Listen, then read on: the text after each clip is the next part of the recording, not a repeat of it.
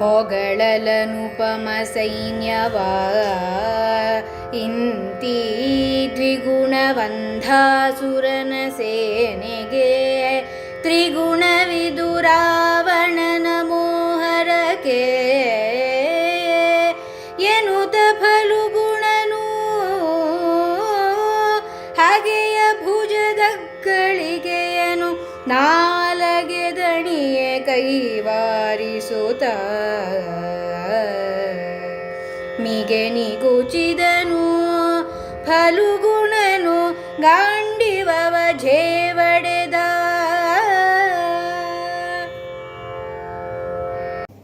ಸೌಹೃದಯ ಶ್ರೋತೃಗಳಿಗೆಲ್ಲ ನಮಸ್ಕಾರ. ವಿರಾಟ ಪರ್ವದ 6ನೆಯ ಸಂಧಿಯ 61ನೇ ಪದ್ಯವನ್ನು ಈಗ ಕೇಳಿದಿರಿ. ಉತ್ತರ ಕುಮಾರ ಕುರು ಸೈನ್ಯವನ್ನು ಬರಿಯ ಚಿತ್ರಪಟದಲ್ಲಷ್ಟೇ ನೋಡಿದ್ದ.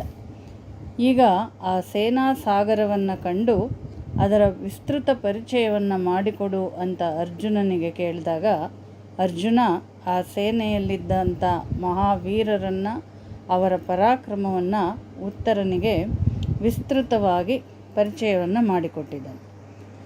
ನಂತರದಲ್ಲಿ ಹೇಳ್ತಾನೆ, ಹೊಗಳಲು ಅನುಪಮ ಸೈನ್ಯವು, ಈ ಸೇನೆಯನ್ನು ಹೊಗಳೋದಕ್ಕೆ ಸಾಧ್ಯವೇ ಇಲ್ಲ.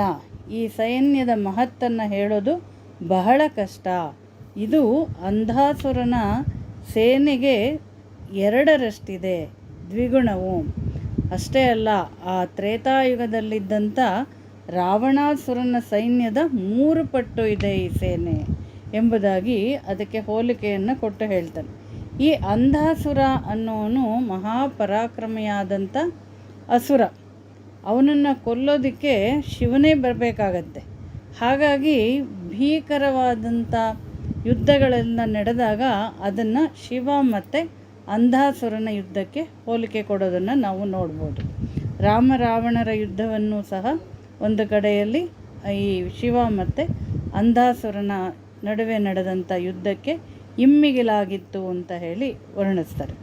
ಹಾಗೆ ಆ ಸೇನಾ ಬಲವನ್ನು, ಅದರ ಪರಾಕ್ರಮವನ್ನು ಅರ್ಜುನ ಉತ್ತರನಿಗೆ ಹೇಳ್ದ.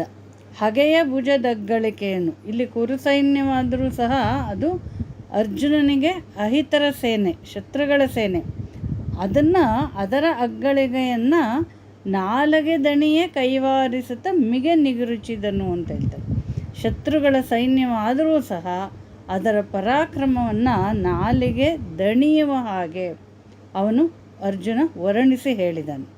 ಯಾಕೆಂದರೆ ಅಲ್ಲಿದ್ದವರೆಲ್ಲ ಇವನಿಗೆ ಬೇಕಾದಂಥವರೇ. ಮುತ್ತಾತ ಭೀಷ್ಮ, ಗುರುಗಳಾದಂಥ ದ್ರೋಣಾಚಾರ್ಯ, ಗುರುಪುತ್ರ ಅಶ್ವತ್ಥಾಮ, ಪ್ರಾಥಮಿಕ ವಿದ್ಯೆಯನ್ನು ಕಲಿಸಿಕೊಟ್ಟಂಥ ಕೃಪಾಚಾರ್ಯರು.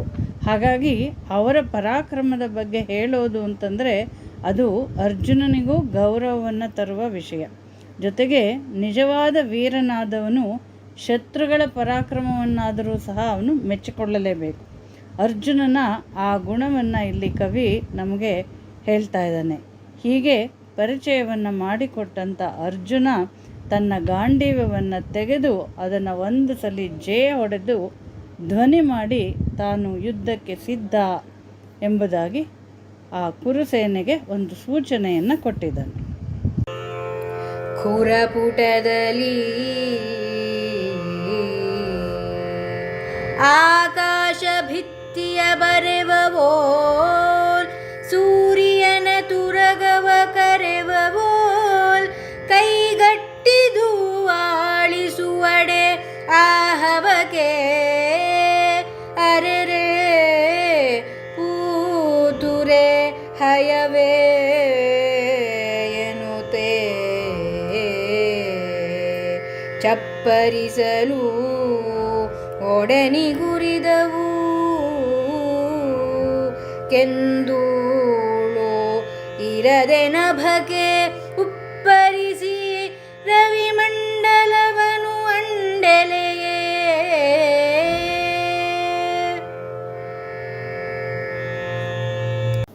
ಉತ್ತರ ಕುಮಾರ ಈಗ ರಥದ ಸಾರಥ್ಯವನ್ನು ವಹಿಸಿಕೊಂಡಿದ್ದಾನೆ.